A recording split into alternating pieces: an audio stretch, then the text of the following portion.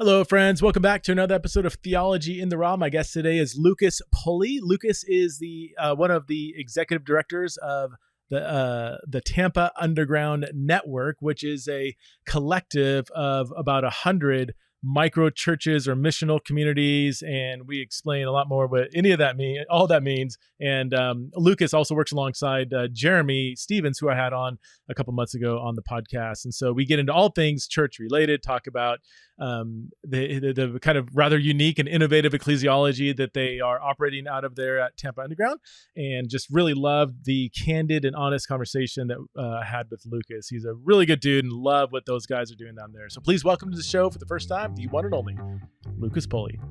Lucas, thanks so much for being on Theology in the Raw. I'm really excited about this conversation. Of course, happy to be on. What is your relationship? Were you one of the founding members, or did you come on later, or what's your association with Tampa? Yeah, I found a back door into the underground, later on. So I started following Jesus a month before I went to college. I was born and raised up in central Illinois, outside of Champaign-Urbana, where the University of Illinois is. Yeah. I was a farm kid and grew up in a rural community, and went to Southern Illinois University. And right before I went to college, I had my train wreck. My life went into a train wreck. Carpet pulled out from under everything, and so in that place started following Jesus, and then landed in college and was trying to figure out what it meant to follow Jesus, and trying to figure out how to be an independent adult individual in the college world at the same time. Yeah. And in the midst of all that carnage, got connected to a campus ministry, and from the earliest moments of my faith was discipled by an older guy, in his 40s, that was doing campus ministry his whole career. And so was really invested in, and started really early in my faith, started like Bible studies in dorms, and started doing sort of like missionary posturing, and thinking about how to incarnate, and how to do discovery Bible study, how to reach my friends, how to reach my classmates, that kind of stuff. And so was just trained to think that way from very early on in my faith. And our campus fellowship was like trying to plant Bible studies in apartment complexes and dorms and all that kind of stuff. And so from the very early outset, it was like, yeah, this, like when we're studying the book of Acts, and then like trying to like reach 17-story apartment complexes with discovery Bible studies, and just trying to like invite people to investigate Jesus and take a look at scripture. It just felt like there was some congruence there. But then, we'd go to Sunday morning stuff, and I'd just be like, I cannot understand how my Sunday morning experience as like a really immature early believer just did not make sense to me. And so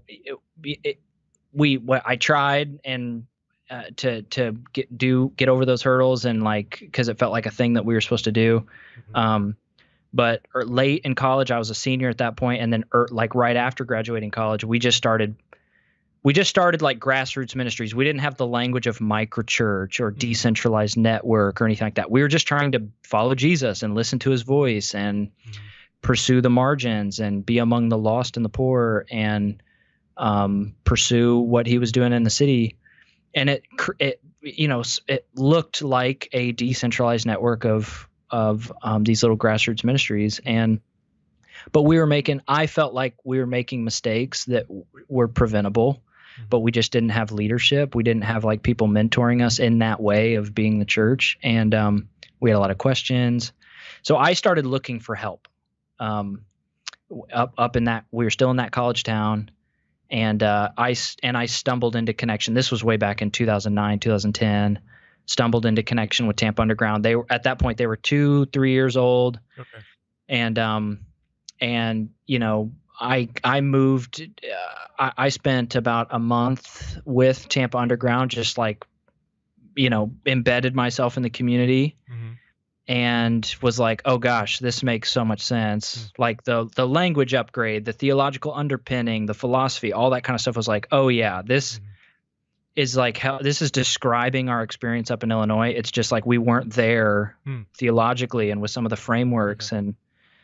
And then some of the leaders from Tampa came up to that Illinois community and spent time with us. And after kind of forming a relationship like that, it was just kind of like, hey, you guys are like us, we're like you, let's formalize this. And so we became a sister movement of the Underground Network, one of the first ones. In Champaign, did you say? It's technically Southern Illinois University in Carbondale, so it's this little college town.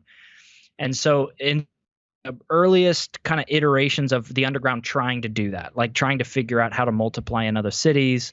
And again, the Underground was never really trying to like be this international fellowship. So the Underground was just trying to figure out like, how do we like replicate ourselves in other cities, but like, how do we help people like us who are trying to do this? So we became like a sister movement, and we kept doing that for another 5 years. I directed that movement. And it was around 2016 that the guy who was leading and directing Tampa Underground asked if my wife and I would consider coming down to Tampa. He was experiencing kind of a shift in his own leadership, and the movement asked if I would consider it. And so we ended up moving down to Tampa and leading this movement ever since 2016. So we've been here in Tampa now for almost 7 years, directing the Tampa movement for several years, and then eventually, becoming the executive director of the broader organization. For my listeners that might not recall everything that Jeremy said a while back, can you unpack kind of just what is for somebody that has no clue what it is, like what's the basic ecclesiology of Tampa Underground? If somebody, I think I even asked Jeremy, like if somebody hung out for a month with Tampa Underground, like what would that look like? What would that in a concrete way look like for them?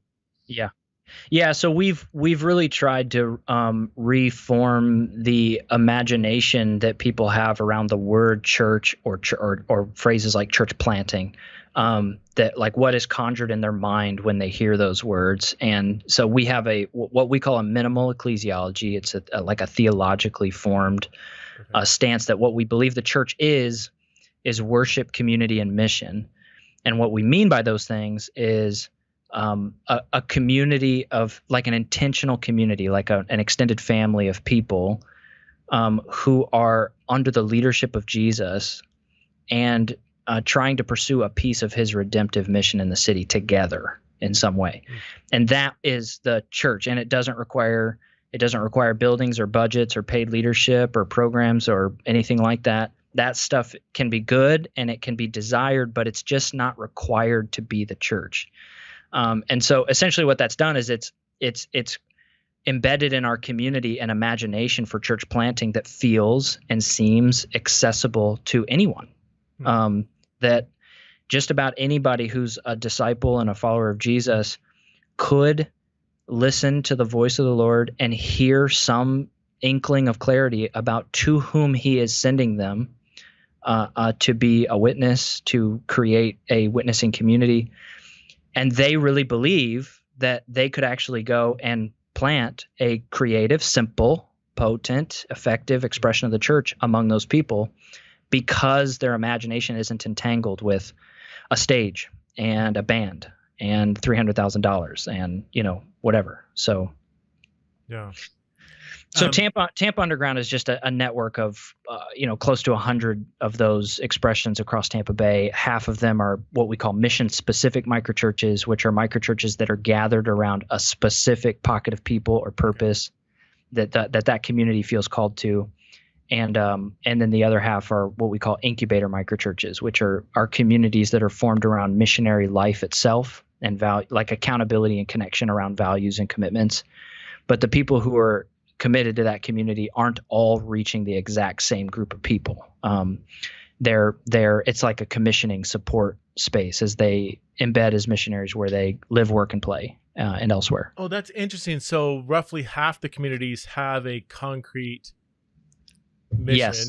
Can you give me a quick example of one that, just so people have an idea what that means? Yeah. Urban Fellowship. Fella, Fella, and then ship, Urban Fellowship. It's a microchurch that's really trying to incarnate and be the church among gang youth in a specific area of Tampa Bay. It's called the Box. It's a certain geographic place where gang violence is the highest. And so it's a microchurch that's made up of previous gang affiliated people reaching a gang affiliated and at-risk youth. And they do it very creatively. Like some of the stuff they've done is convert what used to be a food truck into a mobile recording studio that they can just go and park in places and kind of hang out with music together. Like so that's the thing. Contextual missionaries, they think of ways to be the church among their people that nobody else will think of, so. No, that's helpful. So if you're not into like reaching gang members, that's probably not the community you're going to be totally to. So then you have other types of communities that aren't mission focused. It's a gathering of people in all walks of life, and so you have a businessman, a tax accountant, a stay-at-home mom, whatever, and it's more discipleship oriented to help people follow Jesus in whatever individual sphere they kind of are in. Would that be a good way to describe it? Yes. Yep. And those might look like house churches, and people might call them house churches, but technically a house church might be a mission specific microchurch, or it might be an incubator. It totally depends on what they're doing, because there might be a house church that says we exist to reach this 4-block radius of the city. Okay. So that's very specific. You can't join that house church if you're not going to move into that area of the city, or if you're not going to try to be engaged in ministry work in that area of the city. But several of our house churches function more like incubators. An example would be mine. My wife and I live in a neighborhood called College Hill, which is an 894 unit Section 8 housing village. It's the largest saturation of subsidized government housing in Tampa Bay. And we live in that neighborhood, and we feel we've been there for the whole time we're in Tampa now, so going on 7 years. And we feel very called and motivated to the neighborhood, asset-based community development, kinship, mutual community collaboration. But we convene a house church made up of people who are doing all kinds of things. There's a couple that lives 3 doors down from us that is intentionally trying to do microchurch, disciple making and microchurch stuff in their CrossFit gym. So they go to a specific CrossFit gym. They started doing a discovery Bible study on Thursday nights that they call Faith and Fitness for any of the people that are in their gym that just kind of want to like connect and look at the life of Jesus together. There's another couple in our microchurch that do every other Friday night board game night. And they're playing board games that I've never heard of. It's not like Monopoly or something. It's like, there's like a subculture in the board gaming world, I guess, that I was not aware of. Like these is there a board gaming world? Is that a thing? There's a whole board gaming world, man. There is a board gaming the board gaming world. Community. Yes. And they feel very committed to their friends. It's a world that they've been connected to for a long time. And so, They host a board game night at their house every couple weeks. A lot of people in our house church can help put on that board game night or participate in it, but they're really trying to reach their friends. And there's another couple that comes to our house church that does campus ministry at the University of South Florida. There's another woman in our community that is doing a very intentional workplace ministry at her office. She works downtown in one of the towers. And my wife and I do neighborhood stuff, very intentional neighborhood stuff. I run a handyman repair service for my neighborhood, and I only take jobs that are within like a 4 or 5 block radius. And any jobs outside of that, I hand off to a sober living community of guys that just need work. But it's the way that I get in the living room and spend time with families on the block. So. That's what an incubator might look like. We're just one of them. Okay. But there's like almost a dozen of these kind of incubator type microchurches around Tampa Bay that are made up of people that have different senses of calling. They're trying to live out their citizenship in heaven in different places. Mm-hmm. That's just what ours looks like. The word incubator makes it sound like there's a further goal that you're trying, like at this, you're not staying here, you're getting somewhere else. Would that be true? Or it's exactly right. Yeah, it's like, so we would say, and I don't know how much I don't know what you talked with Jeremy about, but there's sort of like 4 phases in microchurch development, and phase 1 and phase 2 are Phase one is like you have an idea, you have a dream, you have an aspiration, you have a clarity of calling, but you haven't quite yet started experimenting. Okay. And phase two would be experimentation. So you're like trying things. You're trying outreaches, you're trying ideas, but you maybe haven't figured out what works and what doesn't work yet. And we've kind of realized over time that people who are doing phase one or phase two microchurch planting, it's really helpful for them to actually be incubated in one of the incubators because they don't have yet a fully formed community. So, and they shouldn't go very long without having that. So essentially what's happening is those incubators are full of new microchurch plants, but the people who are doing the planting might not even be self-aware that that's what's happening. Like they might not say, "Oh, I'm trying to plant a microchurch."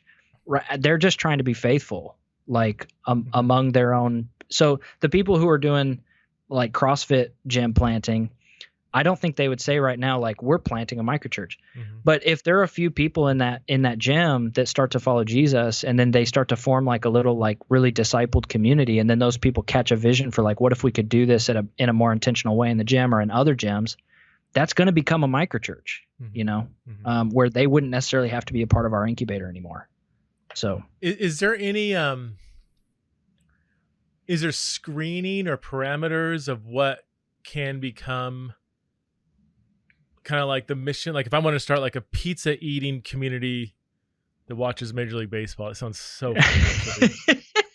This sounds amazing. Part of the pizza eating community. I mean, is there is there any kind of like criteria, or is it just kind of like, yeah, we're not sure that's really resonates with the mission? I mean, you could make a case. I mean, lots of people are really into pizza, and maybe there is a subculture of pizza eaters that need to be reached, or I don't know. Yeah, so it's a great question, and we do have some screening, but we basically have a process where we talk with people both in written form and in like a little face-to-face orientation. It's not really in like an interview or something like that, but we're basically helping that person discern either the thing you're already doing or the thing that you want to do. Both happen. Like people either already have something going on and they need help, or they have a dream and they need help getting off the ground.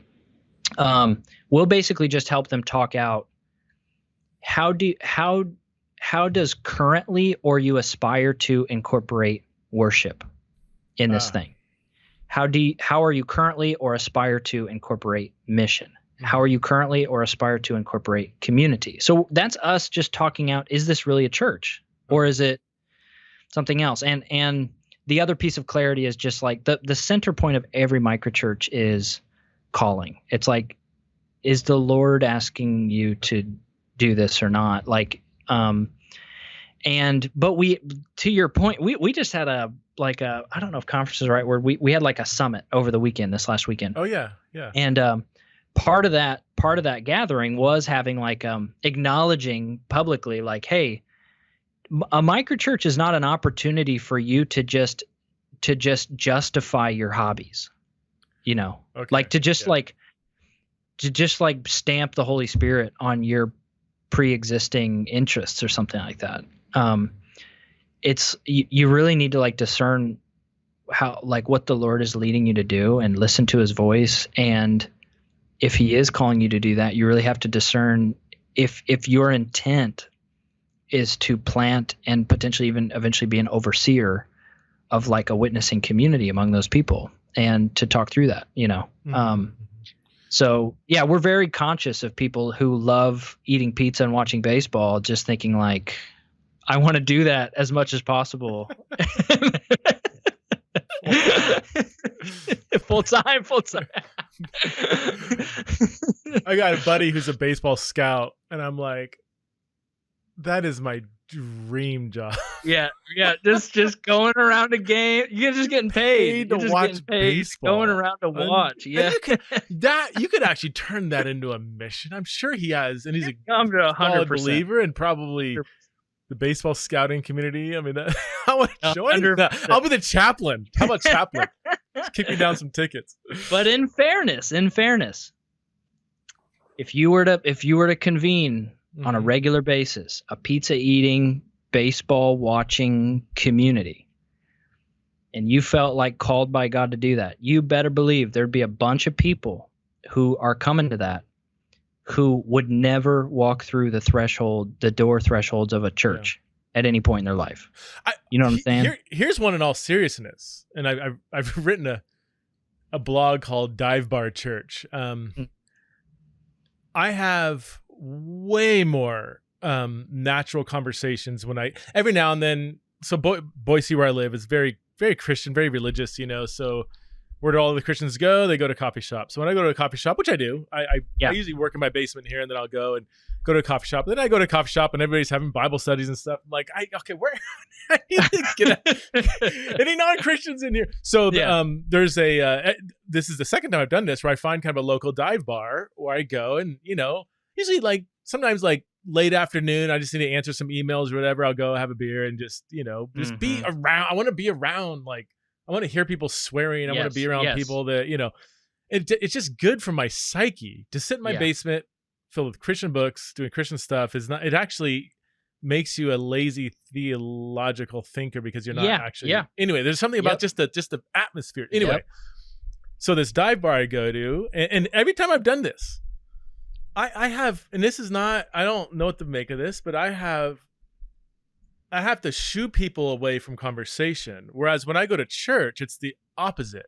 It's the opposite. You're trying to, 100%. You're trying to make it if I try to talk to somebody, they look at me like, like, I'll even say this. I would say this happens probably at least 75% of the time at church. When like I'll say, hi, my name's Preston. And they say, hi, and they shake my hand.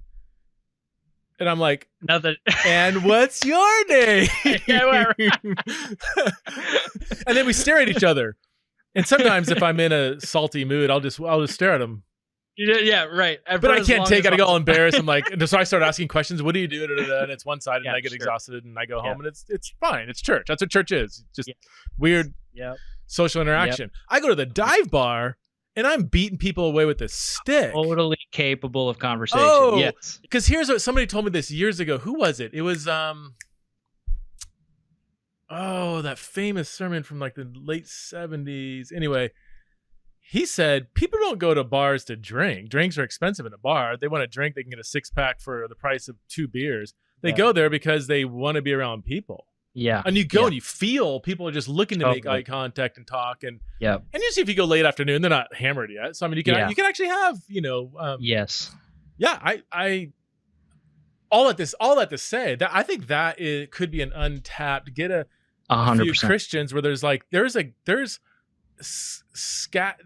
a bunch of humans that gather all the time at these local kind of dive bars that are eager to talk.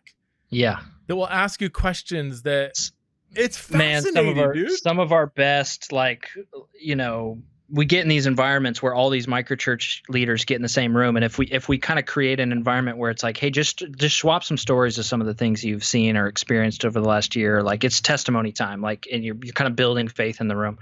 Some of the best thing, like stories or experiences that we've kind of shared across network over the last few years have come from a handful of microchurches that are doing dive bar stuff. One of them was called Beer and Bible. Yeah. One of them was called Beer and Bible.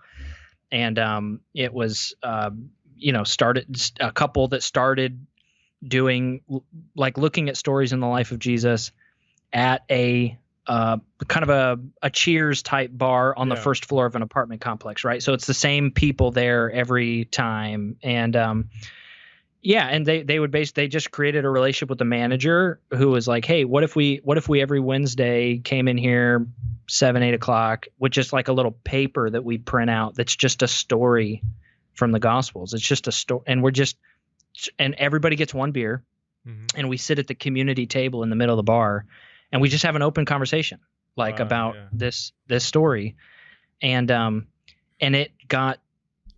there was so much fruit and so much like spiritual vitality that they started doing that in multiple bars. There was like at one point in time, there was like 4 or 5 different beer and Bibles happening, before COVID. And there was another guy over in Brandon that started, it wasn't Beer and Bible. It was called something different. I think it was called Bible at the Bar or whatever, but it was a Harley Davidson. It was a bar attached to a Harley Davidson dealership. I could picture every single member in that bar right now. And he worked at the Harley Davidson dealership. Oh yeah. And he's like you're saying, he started realizing like I'm having the best spiritual conversations with people at the bar. I don't, and he basically was just like, I don't need to go to my Sunday morning First Baptist of whatever. Like I can choose the Sunday morning shift at the dealership that nobody else wants, because I can actually have like really great spiritual conversations with people at the bar that aren't going to go to First Baptist of whatever. Right. 100%. Is so worship, community, and mission. When you say worship, what do you mean by that? We always you think like so you have singing. Well, I'm assuming it's probably includes more than just singing. Yeah. We always have to clarify with people what we mean by community. Yeah. Is not like see each other once a week and then never talk anymore. It's like interdependent, life on life, spiritual family, extended family. What we mean by mission is to proclaim and demonstrate the kingdom to the lost and the poor. Not like advance your political cause or to try to convince Christians of your thoughts and beliefs or something like that. And what we mean by worship is not banging on a guitar or something like that, but it's like Romans 12, living sacrifice, all unto Jesus, surrendered to his reign, like hoping to extend his reign together. So it does open up the imagination of what worship can look like. So it's basically just like in the rhythms of your community, do you consistently acknowledge and surrender to the reign of Jesus? And that can look like singing. It can look like saying a quick liturgy before you have dinner together, like a breaking bread sort of liturgy before you have tacos or something like that. It can look like like kind of a group Lectio Divina, kind of listening prayer, contemplative prayer together. It can look all kinds of ways. Do you have groups that I guess my next question to that would be like like I don't know what to use the word to use because it's going to sound more traditional, but like Bible study, theological discipleship, all of that whole world. Like does that just differ from group to group to group? And what if you have, I would imagine for, 100 microchurches, you probably have a decent number, maybe a small handful of people that are just really want to dive deep theologically. Like, is there space for them to do that with a guide that can help them, Right. Yeah. So the way that microchurches are engaging the scriptures and theological development is it varies across the network because it's a matter of contextualization for them. So a microchurch like Justice that's like going in and planting microchurches inside of juvenile detention facilities across a 3-county radius, the way that they're doing a Bible study, or, some people do topical, some people are doing kind of like exegetical. Let's just pick a book and train the people we're working with to really do like good inductive Bible study. Some people are doing Lectio Divina and more contemplative Bible study, like listen for the Lord through the Word and encounter the Lord in the Word. Some people are doing very missionary, like discovery Bible study forms. But in terms of those leaders and their own theological development, that's part of how the network, the centralized services of the network can benefit them. So the underground is a dual operating system. It's simultaneously two things. That's why sometimes it's hard to explain. On the one hand, the underground is this grassroots network of microchurches, but on the other hand, the underground is a nonprofit platform of services that exists to come alongside and serve and meet the needs of those microchurch leaders. So I'm the executive director of that organization. So I'm not paid or anything like that to lead. I'm a microchurch leader, and I'm just one of 100. And I'm not paid for that. It's not part of my job, anything like that. That's all off time or whatever. My job is to lead a nonprofit that has 20 staff and a budget and a co-working facility that's entirely designed, all the resources, all the decisions, all the programs, entirely designed to serve the network of churches across Tampa and what they need. And one of those needs is training and theological development. So we do have like a training director and a training department and a coaching department that creates both resources and platforms like events or intensives or cohorts to do more kind of theological development for the leaders in the network that are like, I really want to develop in that area, So that's okay. That's really interesting. I mean, Jeremy explained that to me. It's starting to make more sense now. So 20 staff. So this is like a pretty decent sized nonprofit. Yeah. So we have technically it's independent of the microchurches, technically on paper, but it is founded to serve the microchurch. Yes, so you do have, in a underneath. sense. I guess this is another question I had. You do have your paid staff is not people involved with the microchurches. Nobody gets money to do anything there, right? No. But the centralized network is people. There's 20 people that are paid. Okay. Yes. Yeah. And so we have right now we have 5 departments and 5 directors of those departments. Those departments are some of the core needs that we've discerned right now are really helpful to a lot of those microchurches. The training department is one of them that I've mentioned. That again, it creates training resources, Bible study resources, and platforms for those leaders. A coaching department that helps connect with microchurch leaders at least on a monthly basis to just see how they're doing. And it's reactive coaching. It's like, what do you need right now? We're not trying to like tell you what to do. We're trying to like help you discern what's up right now. The other departments are sort of organizational development. There's a media department. There's a financial services department.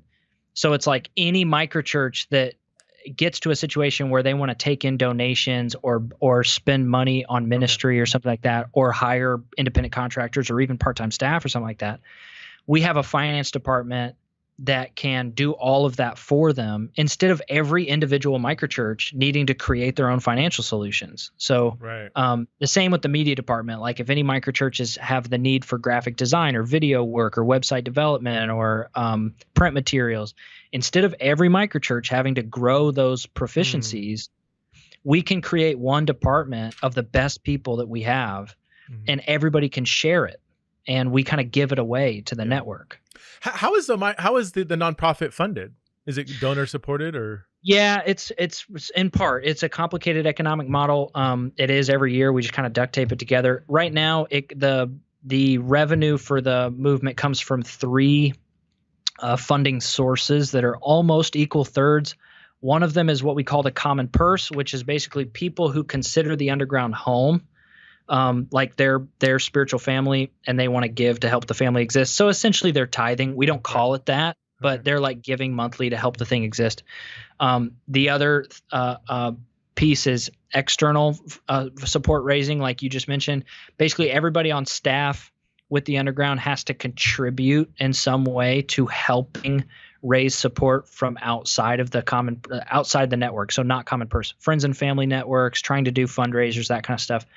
But I will say, just real briefly, we have tried to disconnect people's salaries from their personal ability to raise money. So it's kind of like the team has a funding goal as a team, and we try to raise it together. But your ability to raise money is not connected to what you get paid. So some people actually raise way more than they get paid, and some people raise way less than they get paid. But a lot of times those factors into how fundable you are have nothing to – it just weren't your choice, you know. And then the third revenue pot is every department contributes like 20 to 30% of their time serving retail clients at a retail rate. So the media department serves microchurches for free or as low cost as they can make it, but then they have some retail clients as like basically a small media company that they're charging retail rates, or they have retainer clients. And that money that they're generating in revenue is subsidizing their existence for microchurches. Same with the finance department. They have retail. They're functioning as a financial services company for retail clients 30% of the time to subsidize their existence for the exempt purpose that we have to serve microchurch leaders. That's really interesting. Yeah, same with the building. We have like a big co-working space for microchurches to have a place to work. Private offices, conference rooms, but that space is accessible to have co-working memberships or reservable event space by retail clients that have nothing to do with our network. So all of the combination of all of those revenue generating enterprises is about a third, maybe a little bit more of our total economic model. So about a third is kind of the business ventures that people are. Yes. Yeah. Could you get towards 100%, or would that take too much time from the? Yeah, that's hard. And it's all very adaptive. Even that whole revenue generating stuff that we're doing was in reaction to the common purse money and us wanting to serve more than we could provide in resources. So it was like, well, how do we adapt? How do we get a little bit more money? And so we've been doing the revenue generating stuff for 4 or 5 or 6 years, but it was always in reaction to like, we just need to serve these people better. Right. But it has been a dance to try to figure out, like there has been times when some of those departments start doing retail client work at more of like a 50%, 55% clip of their time and attention. And it's like, well, at some point that's inappropriate, like not just to the mission of the organization, but inappropriate to the IRS. It's like we're basically functioning as a that's laundering money. If you're basically charging retail money to serve a purpose that you no longer have the time to do because you're only spending the time getting the retail money, right? There's a tricky dance there, and I think we're always trying to pay attention to it. So I guess my other question is, if you took a traditional church with 20 staff members and 100 microchurches, let's just say, what is that, probably a couple thousand people maybe. Let's just say 20 staff members, 2,000 people. Sure, that's would be similar to like a large church. Is your financial model at the end of the day, I mean, there's so many little things are so different, but at the end of the day, is it the same kind of monetary need to pull off this church thing, or would you say yours is way more efficient, streamlined, way more efficient? I mean, our total operating budget this year for 100 microchurches and operating with 20 staff is $600,000. It's actually it's closer to like 550. And a 2,000 person church with 20 staff, you're talking over $1 million easy. You're probably closer to 2. So I mean depending on the facility you're in or whatever facility situation you figured out. And is that intent? You guys are, I would assume, I'm putting your words in your mouth, but I mean, that you're intentionally trying to make the church thing be less financially dependent. Yes. I mean, we give a lot of our money. We give a lot of our money away in grants year by year to microchurches. And we try to put actually like percentage caps on how much we give away versus how much we can spend on facilities and that kind of stuff. And that's where our co-working facility is inside of a dying mall in the university area of Tampa Bay. And that's actually been a great solution for us, but it wasn't our choice. It was just like, who would give us the space at the dollar, at the unit cost that we could afford, because we have to be, like you said, we have to be really efficient, and we're giving money away. So it's actually decreasing our ability to make some of those decisions. So, we're paying pennies on the dollar on square footage. All of our staff are very sacrificial. I mean, I think the average full-time salary right now is like between 35 and 40 for our staff team. And, the cost of living in Tampa, the cost of living everywhere has gone up the last 6 months to a year, so, but the staff kind of like embrace that, like they don't feel taken advantage of. They're very like happy to serve for as long as they can make it, with the way their family is set up. And so the way we operate is like, it's value engineering. It's trying to get everything out of a penny, and it takes a lot of people who are very creative and sacrificial. So it sounds like the average person that's part of the Tampa Underground, they're part of a microchurch on some level, very active. Like nobody comes and just kind of sits and receives and goes home. Like, is everybody kind of like, is there just a kind of in the DNA, the air you guys are breathing, or, hey, what are you doing in your sphere of the kingdom? Like it'd be odd for somebody to not have any kind of mission built into their way of life. Yeah, in the air is a good way to say it. Like it's there. Like if you show up to the underground and you just kind of find ways to be around the underground a few times. After about a month, if you aren't like a part of a microchurch or going to a calling lab or actively trying to discern your calling or experimenting with something, you do start to feel a little uncomfortable.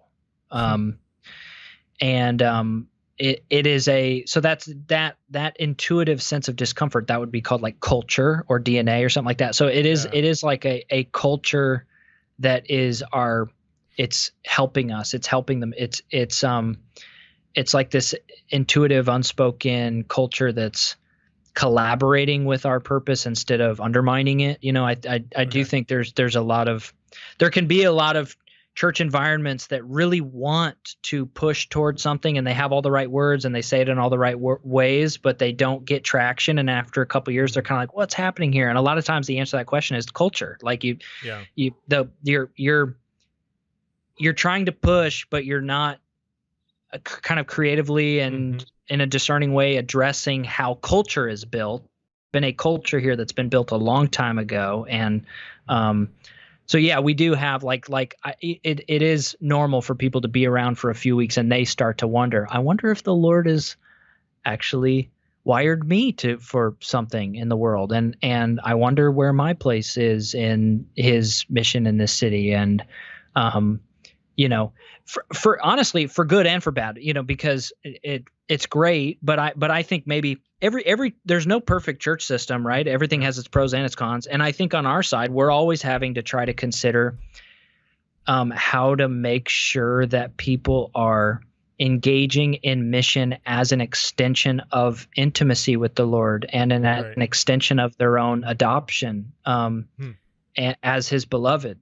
Yeah. And so that's one of maybe the shadow sides or the edges for our community is that we have to be aware of and we have to be intentional about, because it could be really easy for somebody to come and feel it in the air and start to discern it, but they have not yet been grounded in their identity and their adoption and their belovedness, and they could actually start to feel some sense of a heavy burden or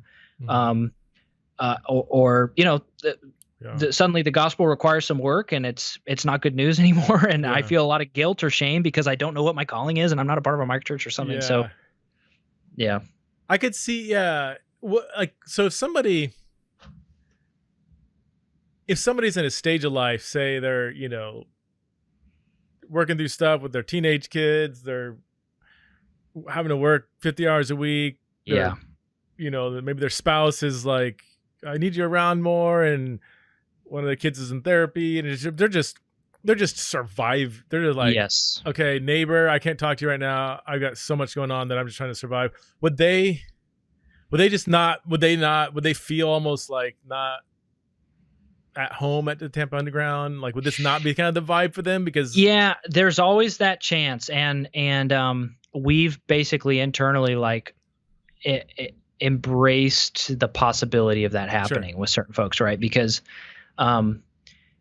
we're always wanting to try to design for and communicate to the audience that's willing to give everything and do everything and reach the world and needs inspired and that kind of stuff. And basically people who are in that season of life, they don't actually need input from the Tampa Underground. They need a microchurch. They don't need Tampa Underground. They need a microchurch. Does that make sense? So so they're not looking for the chaos of their life to be addressed by the underground. They can actually be really well stewarded and pastored. Well, they would need community worship, discipleship, 90%. Exactly. Maybe they have 5% left over for mission, but right now I just need to not kill myself tonight, yes. Yeah, exactly. And so there are people who they stay faithful to a microchurch for a long, long, long time, but there will be seasons where we might not see them at a Tampa Underground function as much, because they're in a season of life where it's that messaging around equipping and empowerment and all that kind of stuff. It's not quite what I need right now. Right. It's not that I'm never going to do it again, but right now I'm so tapped out. But they don't step away from their microchurch, because it's that they're this is what I need. I need these people. I need these conversations. Well, that's when they become, this is a bad way of saying it, but almost they become the mission in a sense. You have a stay-at-home single parent, 3 kids, struggling to survive, working 3 jobs. Then they become, the church comes around them, not hey, what are you doing for Jesus? But how can we be Jesus and serve you? And yeah. Wow.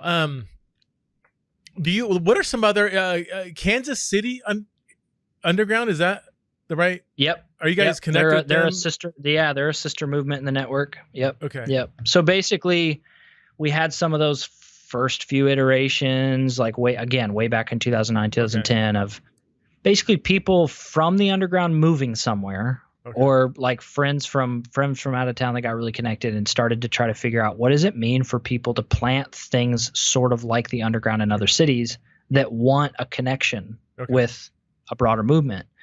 And so yeah, today we have like what we call a network of sister movements, and I think we have about 20 of them, and Kansas City Underground's one of them. But most of them don't actually carry the underground name. You know, there's a community called the Table in Indiana. There's we have a community in Texas that's not called the Underground. Portland, it's called Catalyst Network. Northeast, actually there's a crew right there in Boise that is really connected to KC Underground, and they've started a kind of like network of microchurches thing. It's called the Syndicate, I think is what it's called. Right there in Boise. Yep. The Syndicate. Yeah. So it's basically a collaboration from several church leaders. I think maybe it's a pastor of like Redemption Hill, and there's another church. So there's like 3 or 4 churches that are kind of collaborating together and then trying to get like movement of microchurches off the ground. So that's the thing. But for us, the bullseye is not necessarily like, hey, let's get as many sister movements as possible. For us, the bullseye is always like anybody around the world, church leaders or teams, or even pre-existing churches that are trying to figure out how to shift or transition a little bit. We just want to serve folks and be really open-handed with our ideas and our story, and help them try to figure out what it means for their own context and their own moment. And for us, it's just a win to like serve and come alongside people. And the people who are sister movements are just the friends that we have that like bothered us enough times. Like we want to be more connected. We want more, want more. And that's when we're like, yeah, sure. Like you can be part of the family, and we just like agree to like a shared set of values and covenants together. So it's good to have some kind of relational connection where people doing something similar can lean on somebody else who has a lot more experience. Yeah. And even us, I mean, we've been at it now for, 15, 16 years, but we think some of these brand new movements are gonna stumble upon things that we need to learn. So it's good. Like even KC, there's certain things that KC Underground is doing right now that we're kind of monitoring. Like, yeah, I think they're gonna stumble upon something there that we need to adjust towards. So, yeah. Okay, I want to ask you an honest question here. This is Theology in the Raw. Well, let me ask it this way: are you, or do you find it hard not to be critical of traditional church models? And I know the right answer is this is one model, not it's all, there's no one model, whatever. Fine. But let's just be honest. I mean, you don't start something like Tampa Underground that's really pretty different unless there's some level of I didn't fit this other model, and I think there's problems with that other model. Like, or I don't want to put words in your mouth, but how do you? Yeah. And most people listening might be pastors of traditional models. As I talk to people in traditional models, though, most of the people I talk to kind of like put the hand over the mic, saying like, it's starting to become more.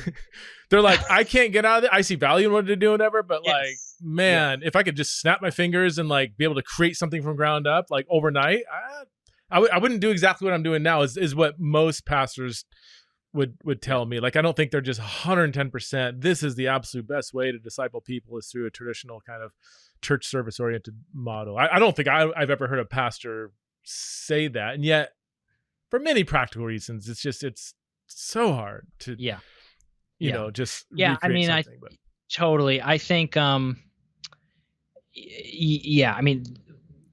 I think it was maybe Alan Hirsch, late 2000, 2007, 2008. They put out a book. It's called On the Verge, and that was the first place where they published some research that was saying, and it's way different now. That was such a long time ago, but that was the first place where they started to publish some of that research that was like 60% of the population at that time would never in their lifetime consider the idea of crossing the threshold of a church. It doesn't matter if you've got like Lecrae and fog machines or something like that. Like no level of production or attraction is going to get them across the door.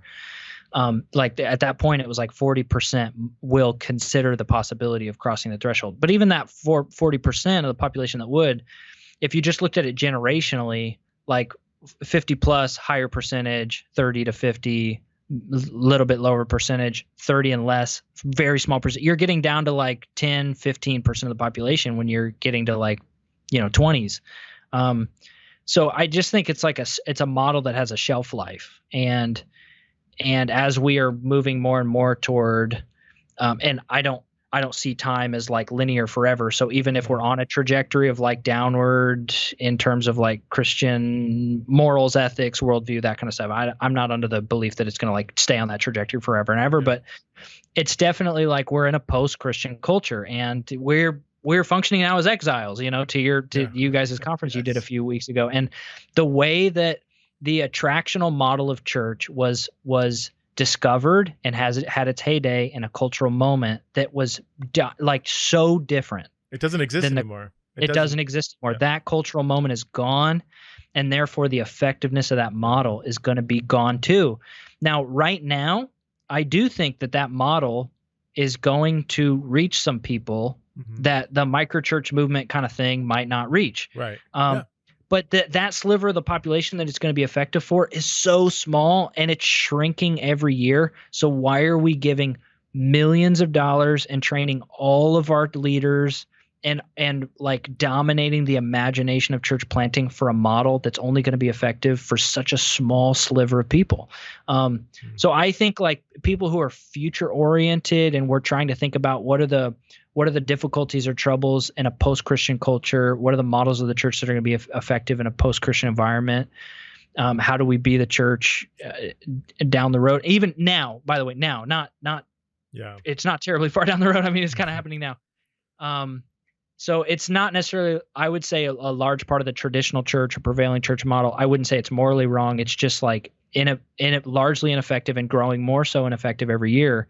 Now, I would say there are pieces of it that you could say, I think some of the financial excesses, I think you could make a case are morally wrong. Like like if you just read what Paul is saying in Corinthians, when he's basically like telling one church, I want you to give a bunch of money to the famine happening in Jerusalem because your plenty is meant to satisfy their needs, so that in the future their plenty would satisfy your need. And that we function in like a global body of shared resources existing in God's abundance. Man, we should not be spending our money on lights and fog machines and that kind of stuff when that money does not belong to us. It belongs to impoverished Christian communities across the globe. Yeah. Our plenty is meant to satisfy their need. And one day they're going to have plenty and we're going to have need. So I have strong opinions about like the resource management maybe of the church in the midst of that attractional model. But mostly it's like an effectiveness thing, like why do this anymore, Well, that's especially like reaching the next generation. This is both my wife and I, we have 4 teenage kids and we're around teenagers a lot, and just it's in the same way that we're living in a culture that's just very radically different than the pre-internet, culture. Our kids, Gen Z, is just it's almost like cross-cultural ministry in the way they're wired. And when I see methods that worked extremely well in 1989, they really did. Like they were exactly what should have been done in 1993, 94. Late 90s. When what we're doing now looks almost identical to then. Yeah, it's well-intentioned.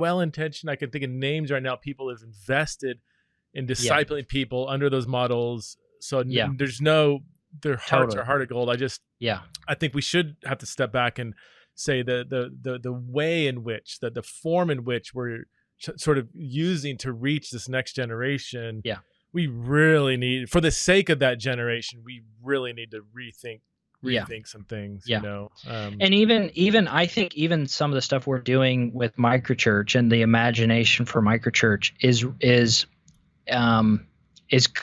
going to have a certain amount of effect for the generation that's like coming up right now and within the next 5 years and that kind of stuff. But I even think there's certain versions of microchurch and ways that people are going about microchurch and the assumptions that people are bringing into microchurch that actually need to be retooled. Okay. For the generation that's like 15 to 22 right now because of the digital stuff. Like there's there's just a whole generation of people that have spent so much of their social and relational formation in not just social media, but like even like gaming or digital environments. And so much of our imagination around discipleship and learning and community formation has baked into it assumptions about people's level of like social skill and formation. Like even your some of your comments at the very beginning that were like, I'm at church, I'm trying to have a conversation.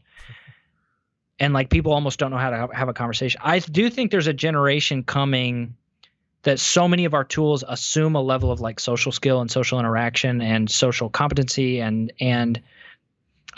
all those, if you come into an environment where all those assumptions aren't true, you kind of have to rework those tools to kind of be like, well, how do we, like how do you deal with social anxiety and how to have a conversation, why to have a conversation, face-to-face interaction, like a reason for community, like face-to-face, person-to-person community, all that kind of stuff.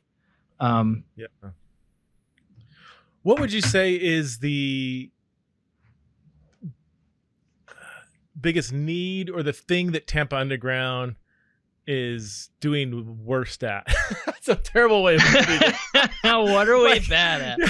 Like, what I'm saying? Like, what are some things like, oh, this model? I mean, we've already kind of throughout this conversation seen things. It's like, man, it seems like it's fostering this, fostering that. This is great. But what are some things you're like, we're kind of not doing this really well? Yeah, in some ways, like you could say that we're like, people are always asking like, COVID happened, churches are decimated. I bet Tampa Underground's doing awesome. Because everybody kind of assumes like Tampa was in the underground, not just in Tampa, but everywhere, was sort of ready built for a situation like COVID, which is true. Like like our microchurches were fine, all of that kind of stuff. Like they kept going. There's not a whole lot of pivoting that had to happen, but we had a really hard time during COVID, not just because of COVID, but largely because of how volatile politics and social narratives and all that kind of stuff became.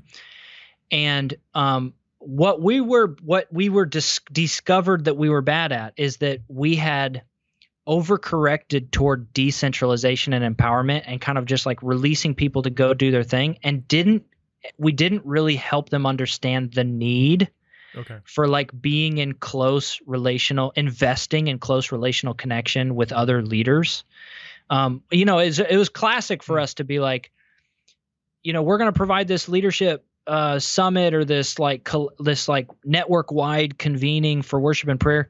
But if you don't want to come, don't come. If it's not helpful for you, don't come. It's meant to be a service to you. So if you don't see it as a service or perceive it as a service, or you don't think it's helpful, don't come. We don't want to bother you. You're the church. We're not the church. Like, this is just designed to help you. So we were sort of almost overreacting. Yes, correct. Yeah, yes, overcorrecting a little bit, where like we just so minimized the corporate environments of like cross connection between microchurches, and so prioritize their microchurch. Like, we don't want to do anything to disrupt your microchurch. We don't want to ask you to do anything that would get in conflict with the needs and demands of your microchurch.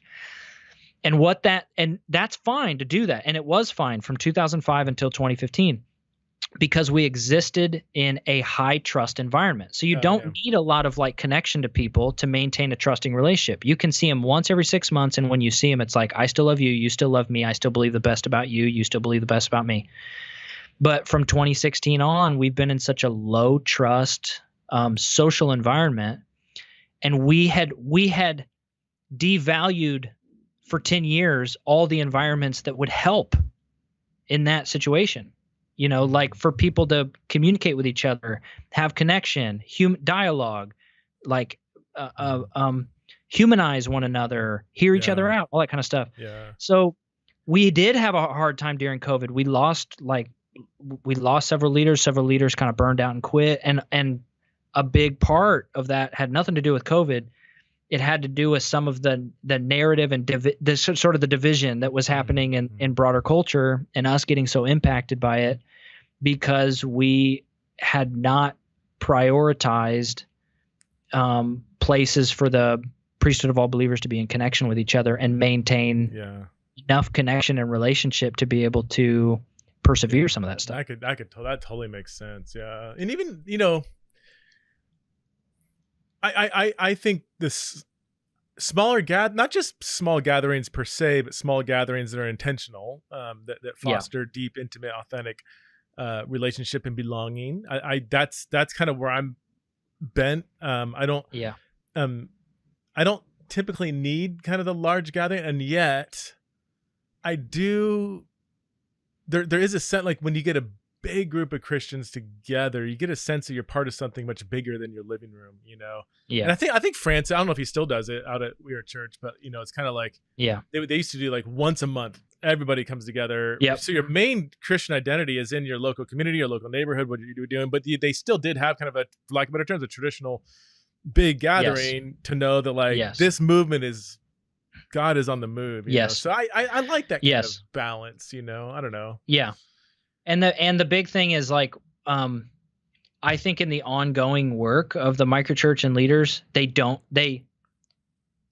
most of the time they didn't need the big worship environment or whatever to like keep them inspired or whatever. But what they do need those environments for is to meet and connect with and build some kind of relationship with leadership level peers. Because essentially they would get to a place where they're having some kind of crisis, or their team falls apart, or their ministry becomes less fruitful. They get really discouraged, and it's almost like you need those bigger environments when you're in a crisis, not because you need the environments, but because you need the peer-to-peer leadership relationships who you can call when you're like about to quit, and they can kind of walk you off the edge, or you've got people to kind of talk out and depressurize, when you totally. And we just ran into a situation where people didn't feel like they had that with each other. And so they just held like their crises inside and dealt with, mental health and broke and burnout and all that kind of stuff alongside the believing the worst about each other, having a hard time kind of reaching across difference and all that stuff. Wow. Well, Lucas, thanks so much for being on the show. Where can people find you, so Tampa Underground is, what is it? Just Tampa Underground? Yep. TampaUnderground.com, or you can go to undergroundnetwork.org if you want to see some of the other sister movements or some of the resources or things that we're offering at like a national, international level. But yeah, if you just want to learn about the Tampa movement, the microchurches we have here, it's tampaunderground.com. And I'm just Lucas at either of those web addresses. And I barely have a pulse on social media, but every once in a while I lob a joke or a picture of a child out there, Wait, did you just give us your email? That's crazy. Yeah, of course. Yeah. I'm not gonna get my email is the same actually. It's Lucas at all the hate mail, man. Hey, good meeting you and getting to know you more, and I'm a fan from afar, so keep doing it. I love what you guys are doing. I appreciate you and the platforms that you're creating to serve church leaders everywhere, man. Appreciate it.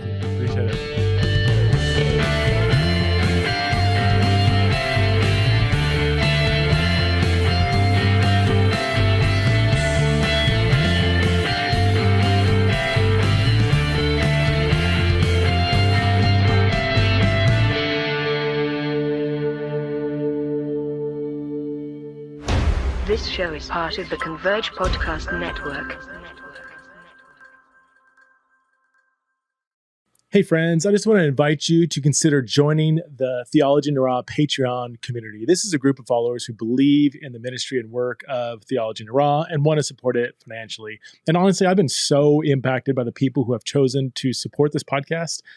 Every month they send in a bunch of questions. A lot of them are really personal, and I get to spend time responding to them in a private podcast. And we, we'll message each other throughout the month and post responses to each other's questions.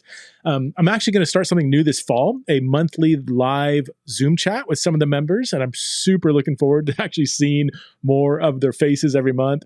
And there's other perks that come up, like, they all get free a free virtual pass to the Theology in the Raw Exiles in Babylon conference every year. But honestly, I don't want to make it sound transactional. Every single Patreon member that I've talked to says the same thing. We like all the perks. We're thankful for them, but we're just more thankful to support the ministry of Theology in the Raw, and we're glad to do so. So if this is you, if you've been impacted by Theology in the Raw, you can join the Theology in the Raw community for a minimum of $5 a month by going to patreon.com/Theology in the Raw. That's patreon.com/Theology in the Raw. The link is in the show notes.